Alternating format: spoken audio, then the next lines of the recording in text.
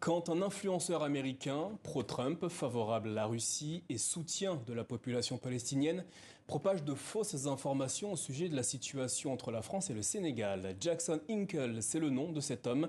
Comment procède-t-il? Dans quel but? Nous posons ces questions à Samba Djalimpa Badji, doctorant et chercheur à l'université Oslo-Met en Suède. Bonsoir et merci d'être avec nous. Vous avez signé il y a quelques jours un article détaillé sur le site de vérification des fausses informations intitulé Africa Check. Vous avez consacré donc cet article à Jackson Hinkle. Tout d'abord, pourquoi a-t-il retenu votre attention?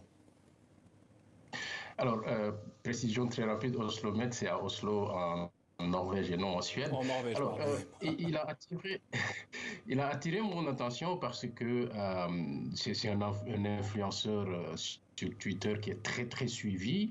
Plus de 2,5 millions de followers, d'abonnés sur son compte sur Twitter et que donc il tweete de façon frénétique tous les jours avec des tweets très sensationnels. Donc c'est quelqu'un qui était déjà je vais dire sous mes radars, que je voyais beaucoup tweeter.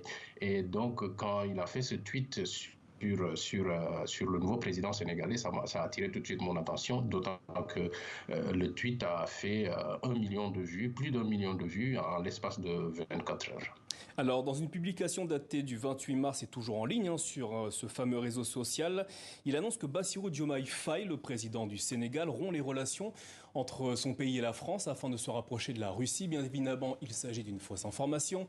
Cette publication est-elle une erreur ou un acte volontaire ?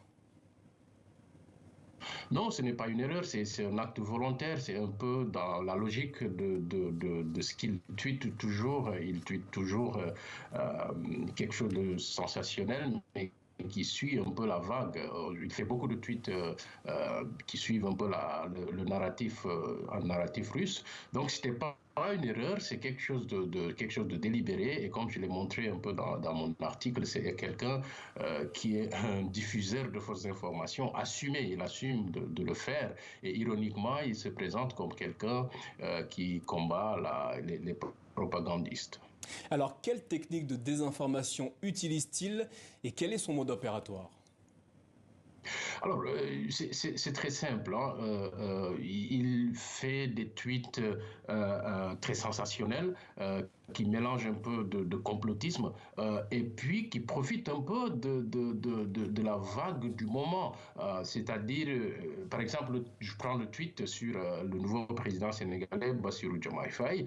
C'est un tweet qui a été fait juste après l'installation du président sénégalais et donc, ça peut induire en erreur beaucoup de personnes. C'est facile à croire puisque alors le nouveau président sénégalais a été présenté et même son parti sont présentés comme anti-français entre guillemets, ce qu'ils ne sont pas réellement, ils se sont défendus. Mais donc en faisant ce tweet juste après son installation, ça peut induire en erreur en disant oui, le président sénégalais a décidé de rompre les relations avec la France et de se rapprocher avec la Russie. Donc, il calcule bien son moment, il saisit la bonne opportunité avant de faire des tweets très, très sensationnels et qui se fondent sur un fond de réalité, mais où il y a beaucoup de désinformation. Alors, à la lecture de votre article, on découvre que plusieurs fausses informations concernant les relations entre le Sénégal et la France ont été publiées fin mars sur cette plateforme. En travaillant sur le sujet, est-ce que vous avez compris quelles étaient les intentions réelles de cet homme qui, je le rappelle, est pro-russe ? Alors, cet homme est assez intéressant parce que je pense que pour l'essentiel, il le fait pour lui-même parce que ça lui permet de gagner de l'argent. D'ailleurs, il demande à ses abonnés ou à ceux qui le suivent sur Twitter de s'abonner $3 par mois. Alors, faites le calcul très rapidement. Si chacun des 2,5 millions d'abonnés paye $3 par mois, vous imaginez ce que ça fait. Et aussi, il en profite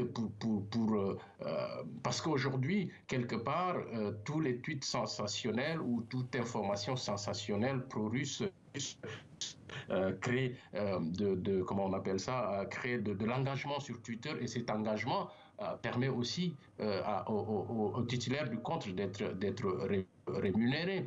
Et donc, moi, je ne pense pas qu'il soit vraiment un agent russe comme d'autres le penseraient, mais je pense que c'est plutôt quelqu'un qui essaie de profiter de la vague pour faire un peu d'argent, mais aussi pour sa propre gloire. Parce que pour rappeler le personnage, il est parti de jeunes activistes écologistes au milieu des années 2010. En 2017, d'ailleurs, il avait été présenté comme des jeunes les plus engagés pour l'écologie avant de virer un peu pro-Trump et aujourd'hui pro-Poutine.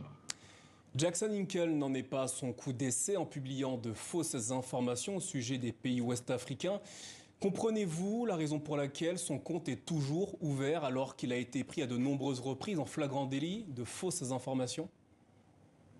Je pense que c'est lié à la politique de Twitter qui supposément ne censure plus, mais à l'observation, on voit que Twitter laisse passer un certain nombre de comptes très très complotistes.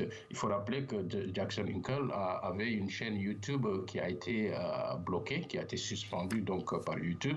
Il est suspendu aussi sur beaucoup de plateformes. Donc aujourd'hui, Twitter est la plateforme sur laquelle il sévit parce que la politique de Twitter aujourd'hui est un peu plus, on va dire, tolérante vis-à-vis de certains personnages. Donc il continue à s'activer sur Twitter. Samba Dialimpa Badji, merci d'avoir répondu à nos questions ce soir. Et je rappelle que vous êtes doctorant et chercheur à l'université Oslo Met en Norvège et non pas en Suède. Merci d'avoir répondu à nos questions ce soir.